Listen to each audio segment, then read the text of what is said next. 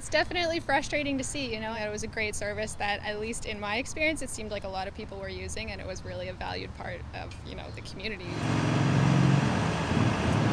Among those calling for the tunnel bus to resume is Molly Bachmeyer. She used the service about twice a month prior to the pandemic and says it's past time for its return. The brakes were slammed on the tunnel bus when the pandemic started in March 2020. I don't think the ArriveCAN app should be a real hindrance from being able to get the bus running again. But despite Transit Windsor idling its cross-border service, other bus companies are putting the pedal to the metal. We're trying to smooth out the customer experience and really make sure that they have all the information that they need so they can be efficiently processed at the border. Emily Deisler is a manager for FlixBus, which operates 2 routes from the U.S. into Canada, one from Seattle to Vancouver and another from New York to Toronto. She says riders have to fill out their ArriveCAN app before departure, and they receive multiple reminders on their tickets and over text before the bus leaves. Our schedules, we budget for about a half an hour period of time at the border. We ran on a 30-minute frequency. So if we had 30 minutes to every 30-minute run on the bus,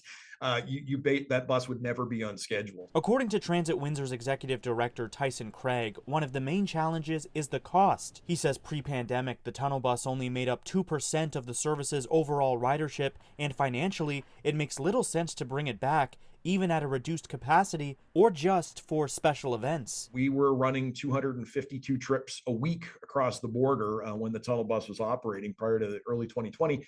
And it makes it very difficult for us to run a reliable on-time service with these measures in place right now. But Craig adds Transit Windsor will reassess whether or not the tunnel bus service can resume at the end of September.